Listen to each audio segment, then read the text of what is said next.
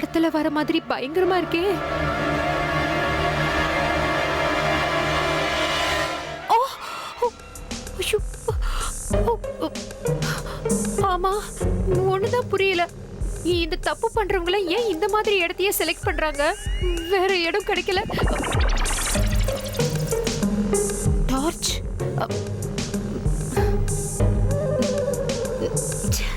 எரியவே மாட்டேங்குது. மாட்டிக்க போற மைதிலி, நீ வந்த வேலையை முதல்ல ஆரம்பி. எதுல இருந்து இப்போ ஆரம்பிக்கிறது? ஃபர்ஸ்ட் ஸ்டெப், இந்த இடத்தை மொத்தமா ஸ்கேன் பண்ணி அப்படியே உன் பிரெயின்ல ஸ்டோர் பண்ணிடு. ஸ்டோர் ஆயிடுச்சு.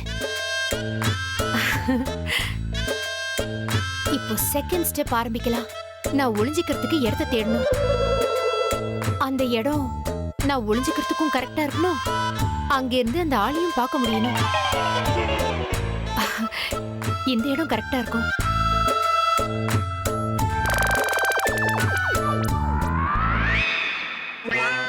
வாவ் மைதிலி, நீ ஒளிஞ்சிக்கிறதுக்கான பெர்ஃபெக்ட் இடம்னா அது இதுதான்.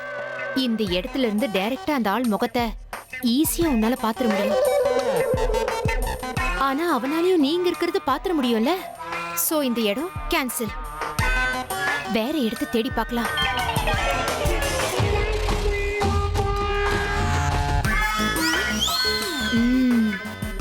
இந்த இடம் பாக்குறதுக்கு பெர்ஃபெக்ட்டா இருக்கு மைதிலி. ஆனா அவன் முகத்தை உன்னால கிளியரா பார்க்க முடியாதே.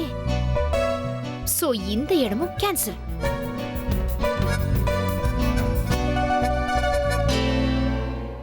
இந்த இடம் பெர்ஃபெக்ட்டா இருக்கும்னு நினைக்கிறேன் மைதிலி. இந்த இடத்துல இருந்து உன்னால ஃபுல் வியூவை பார்க்க முடியும்னு தோணுது. ஆனா உன்னை யாராலையும் பார்க்க முடியாது. சூப்பர்.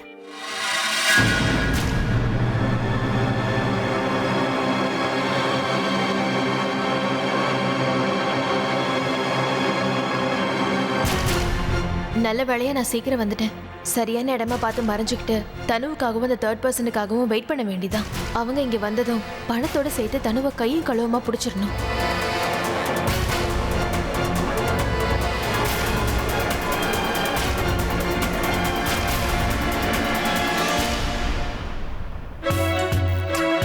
இது ரொம்ப ஆபத்தான இடமா இருக்கு.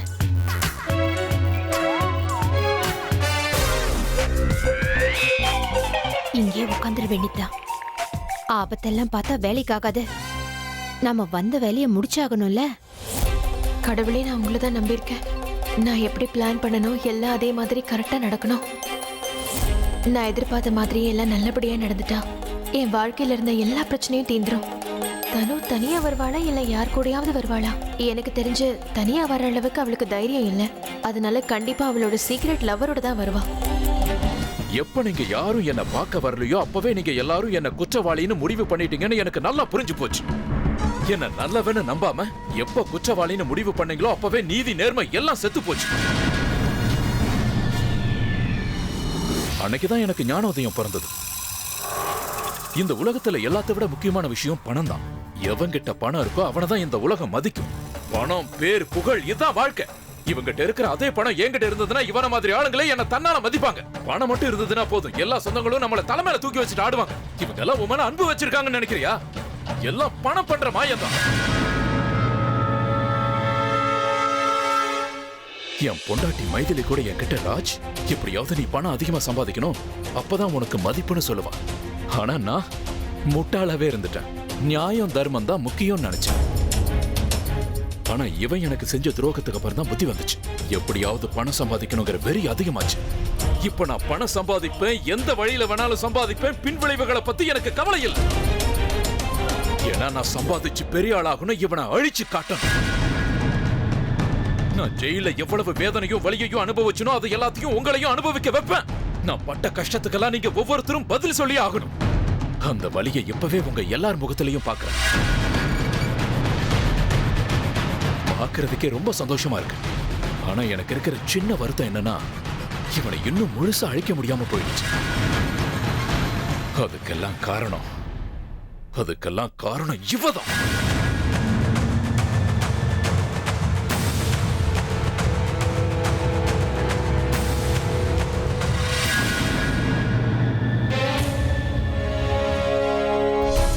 என்ன விஷயம் பிரமிளா? இங்க நின்னுட்டு இருக்கீங்க, பரபரப்பா இருக்கிற மாதிரி இருக்கு. இவங்கெல்லாம் இங்க எதுக்கு கும்பலா நிக்கிறாங்க? என்னன்னு தெரிஞ்சுக்கணும். அபி நம்ம ராஜ கூட்டிட்டு மேல போயிருக்காங்க. போகும்போது கோவமா வேற போனா. ஏன் ராஜ் அப்படி என்ன பண்ணலாம் பிரமிளா? இந்த வீட்ல என்ன நடக்குதுன்னு யாராவது என்கிட்ட சொல்றாங்களா? நான் என்ன கிட்ட என்ன தெரியும்? நான் கண்ணால பார்த்ததுதான் இப்ப உங்ககிட்ட சொன்னேன். மேல போய் என்ன நடக்குதுன்னு பார்த்து சொல்லுங்களேன். என்னாச்சு மாம்? ஏன் எல்லாரும் இங்க நிக்கிறீங்க? என்ன யாருக்காவது வெயிட் பண்றீங்களா? ஓ மை காட், ஒருவேளை ராஜனை பத்தின உண்மையெல்லாம் அபிக்கு தெரிஞ்சு போச்சா? எப்படி தெரிஞ்சிருக்கும்? அவர் எப்போ ரொம்ப ஜாக்கிரதையா இருப்பாரு. அவர் மேல சந்தேகம் வர மாதிரி எந்த க்ளூவும் விட மாட்டாரு. மேல போய் பார்க்கலாம், வேற ஏதாவது விஷயமா கூட இருக்கும்.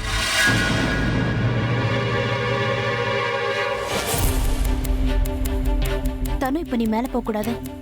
என்ன போக கூடாதுன்னு தடுக்க நீ யாரு? தனு, ஃபார் யுவர் கைண்ட் இன்ஃபர்மேஷன், அவ இந்த வீட்டு மருமக, என்னோட பொண்டாட்டி.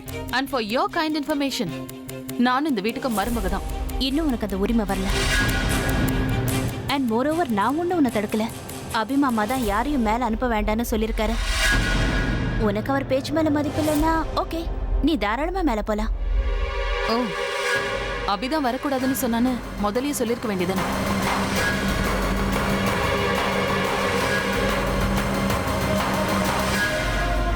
எவ்வளவு பிளான் பண்ணிருப்பேன். கொஞ்சம் கொஞ்சமா கஷ்டப்பட்டு அபியோட சாம்ராஜ்யத்தை தரமட்டமாக்க நினைச்சேன். ஆனா இவ ஒரே ஒரு பேப்பர்ல கையெழுத்து வாங்கி அபிக்கு சொந்தமான வீடு, ப்ராப்பர்ட்டி, பேங்க் பேலன்ஸ் எல்லாத்தையும் அவ பேருக்கு மாத்திக்கிட்டான். ஆனா அதுக்காக என் நம்பிக்கை இழக்கல.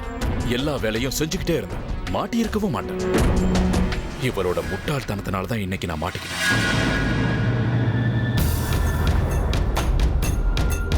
எப்போ இவ்வளவு உண்மை வெளியே வந்துச்சோ, இப்ப நான் உங்ககிட்ட இன்னொரு உண்மையும் சொல்லிக்கிறேன்.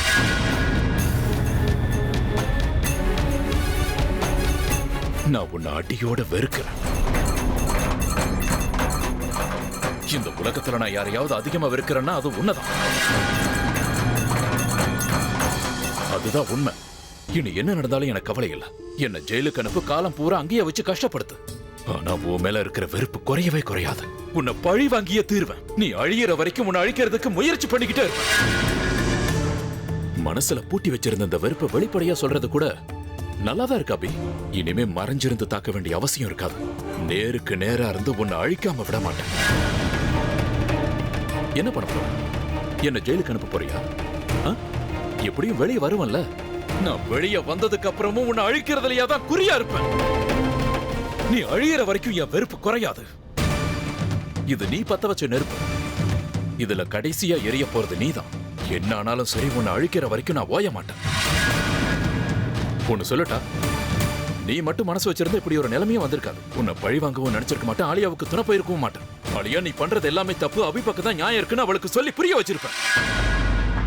வாழ்க்கையில யாரு மேல நான் அதிகமா நம்பிக்கை வச்சிருந்தனோ அவங்க தான் என் நம்பிக்கையை உடைச்சாங்க.